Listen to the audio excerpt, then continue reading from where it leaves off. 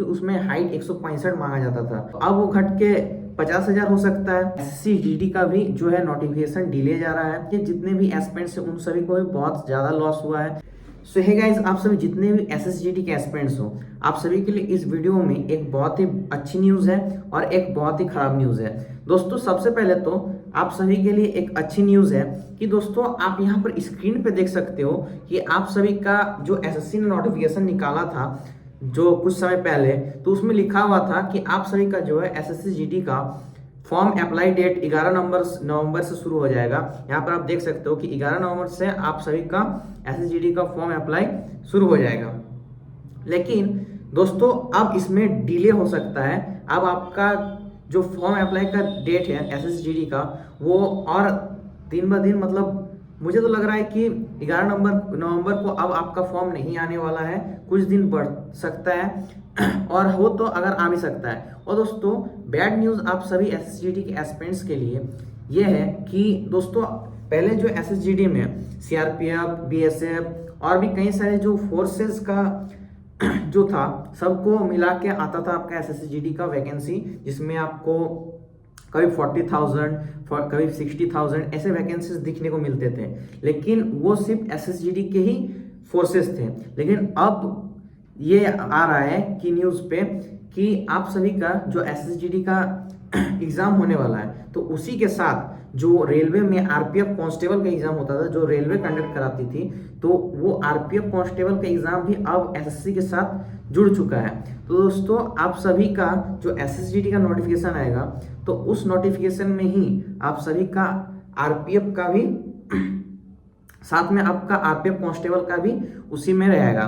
तो दोस्तों इसमें क्या लॉस हुआ, एक तो दोस्तों आरपीएफ का जब इसमें जुड़ेगा तो ऑटोमेटिक है कि आप सभी का जो एसएसजीडी का 60,000 जो सिर्फ एसएसजीडी का था, तो अब वो घट के 50,000 हो सकता है या तो और भी कम हो सकता है। क्योंकि दोस्तों उसको अब दोनों जोड़ के पूरा करना है। जैसे कि अगर आरपीएफ और एसएसजीडी दोनों जोड़ के आएगा तो दोस्तों आपको अगर मान लीजिए कि 60,000 वैकेंसीज देखने को मिलेंगे, तो उसमें सिर्फ आरपीएफ नहीं होगा, उसमें सिर्फ एसएसजीडी के ही एस्पिरेंट्स एग्जाम नहीं दे सकते, उसमें आरपीएफ के भी जितने कांस्टेबल जो चाहते हैं कि हम आरपीएफ में जाना चाहते हैं, जो रेलवे प्रोटेक्शन फोर्स है आरपीएफ, वो भी एसएसजीडी के साथ ही कंबाइंड अब उसके साथ ही उसका भी नोटिफिकेशन आने वाला है। ठीक दोस्तों, तो दोस्तों दोनों का नोटिफिकेशन एक साथ आएगा, दोनों का एग्जाम एक साथ होगा, जिसके कारण से एसएससी जीडी का भी जो है नोटिफिकेशन डिले जा रहा है। उसका भी फॉर्म अप्लाई डेट का टाइम भी डिले जा सकता है और एकदम कंफर्म है कि डिले जाएगा। इसके कारण आपका एग्जाम भी लेट से होगा। दोस्तों आरपीएफ को एसएससी ने एसएसजीडी के साथ जोड़ दिया है। इससे रेलवे के जितने भी एस्पिरेंट्स हैं उन सभी को भी बहुत ज़्यादा लॉस हुआ है जो आरपीएफ की तैयारी करते थे, क्योंकि उसमें हाइट 165 मांगा जाता था और अब क्या हुआ है उसमें हाइट 170 कर दिया गया है, जो कि बहुत ही गलत है।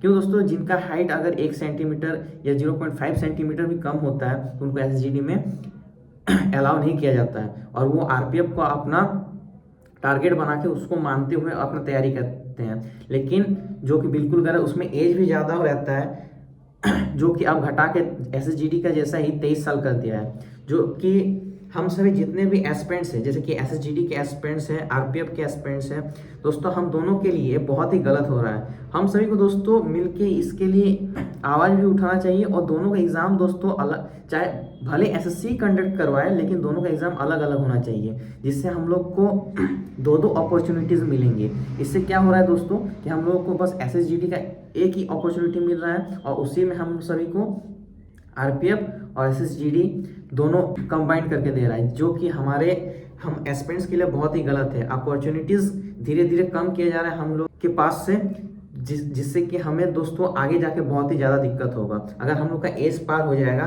तो फिर दोस्तों आगे हमें बहुत ही दिक्कत होगा।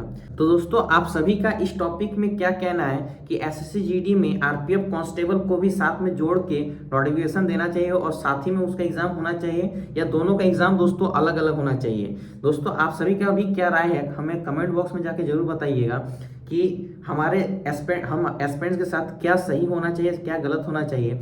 जो सही है आप जाके कमेंट बॉक्स में अपनी राय दें और आपको ये वीडियो कैसा लगा वो भी हमें कमेंट बॉक्स में जाके बताएं, और इसी तरह के वीडियोस को पाने के लिए दोस्तों हमारे इस यूट्यूब चैनल को भी सब्सक्राइब कर लें, लाइक कर दें और शेयर करना तो बिल्कुल भी ना भूलें दोस्तों आपका। और दोस्तों अगर आपका कोई भी डाउट हो तो आप हमें कमेंट बॉक्स में जाके जरूर पूछ सकते हैं, मैं आपका रिप्लाई जरूर से जरूर करूँगा दोस्तों। और दोस्तों आपका क्या राय है इस टॉपिक में कि इस दोनों का साथ में एग्ज़ाम होना चाहिए या दोनों का अलग अलग एग्ज़ाम होना चाहिए, कमेंट बॉक्स में जाके जरूर बताइए दोस्तों। ये हम सभी एस्पिरेंट्स के साथ बहुत ही गलत हो रहा है दोस्तों। थैंक यू दोस्तों।